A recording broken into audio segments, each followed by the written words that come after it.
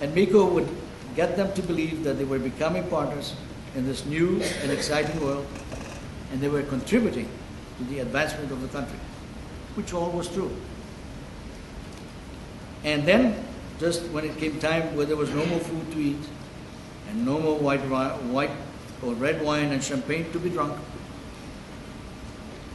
and it was time to make the deal and get down to the dollars and cents, everybody's best friends, he would say the exact same 6 words. He would say over and over, time after time, "Have you met my partner, Joe?" He and I weren't just good cop and bad cop. As far as the people we were making deals with were concerned, we were good cop and bad guy, period.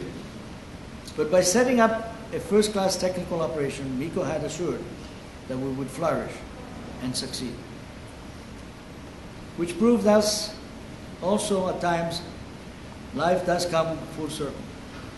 You see, long after I left the airlines, it turned out that we needed to have our own airplanes. So we finally found a useful role for me. I doubled as a pilot.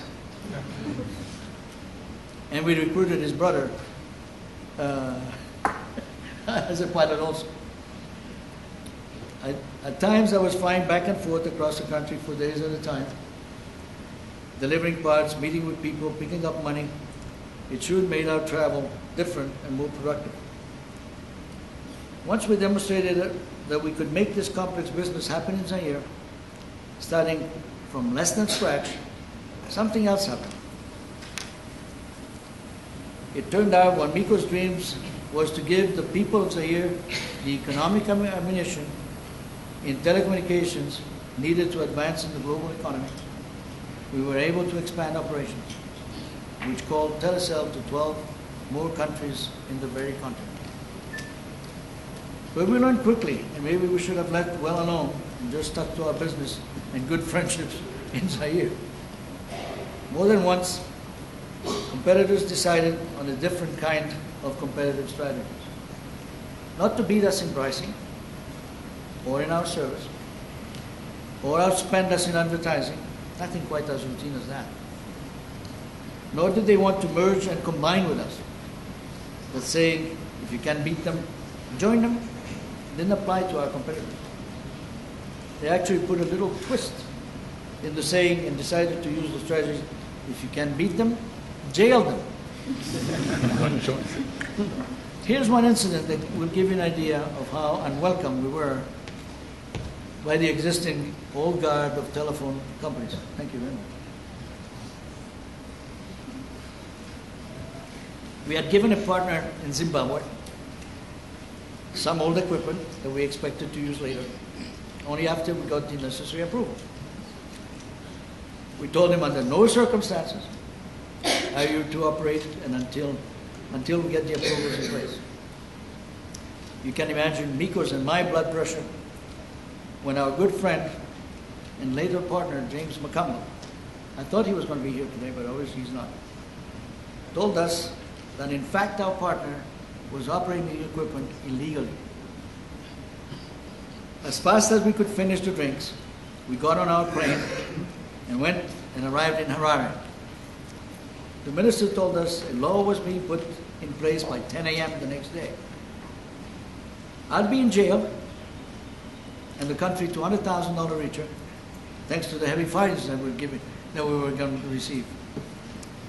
That necessitated our New York and Washington lawyers pulling every string they could do to avoid me going to jail and the fine, and probably prohibition from operating there ever again.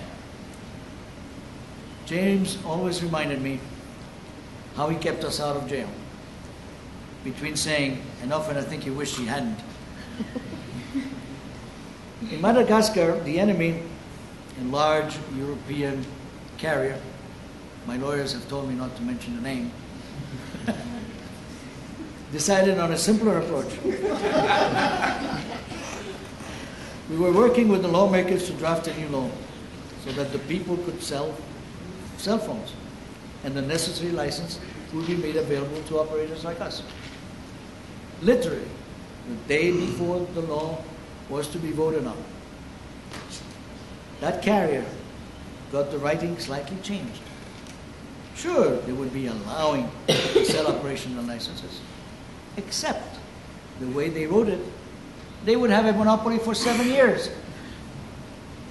What saved us from being presented and passed that next day?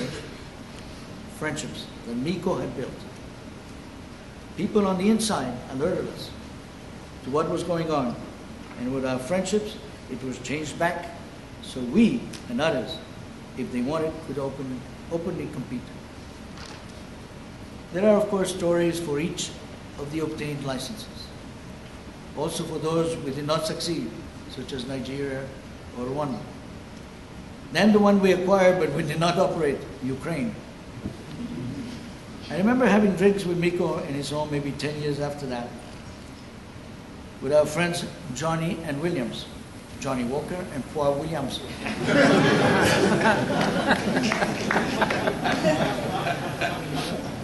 And Miko pondering aloud about the early days. Joe, you know why we succeeded?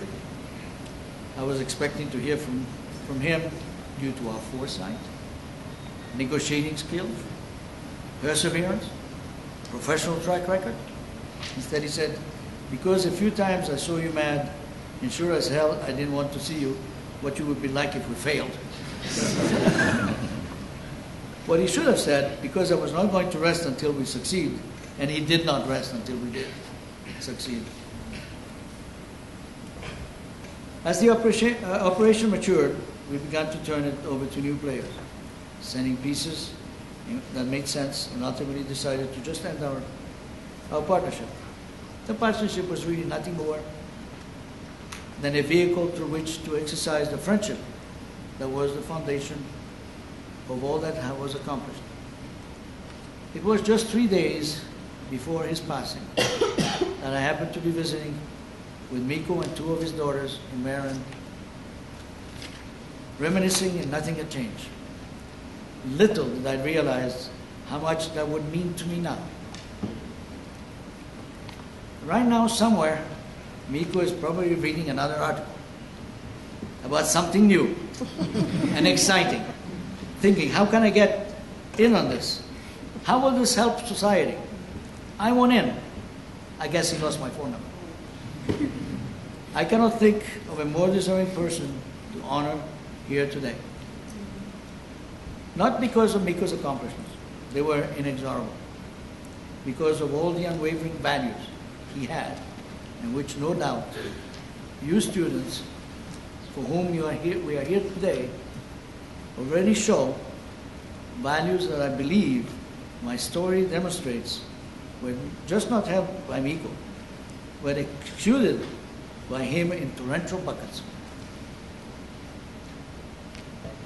A boundless vision and refusal to allow it to be constrained and narrowed by normal rules.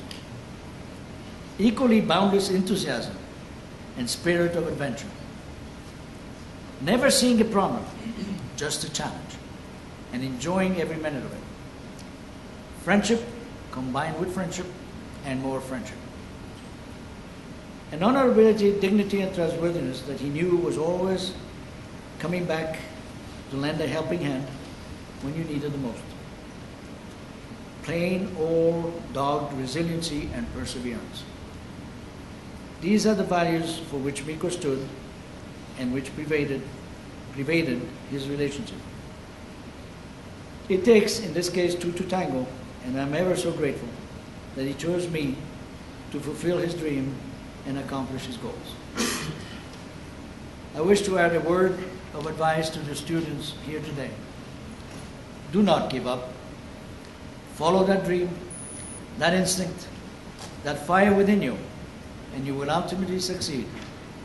And oh yes, sorry, don't forget those 3 values. 2 Bordeaux, 1 Champagne.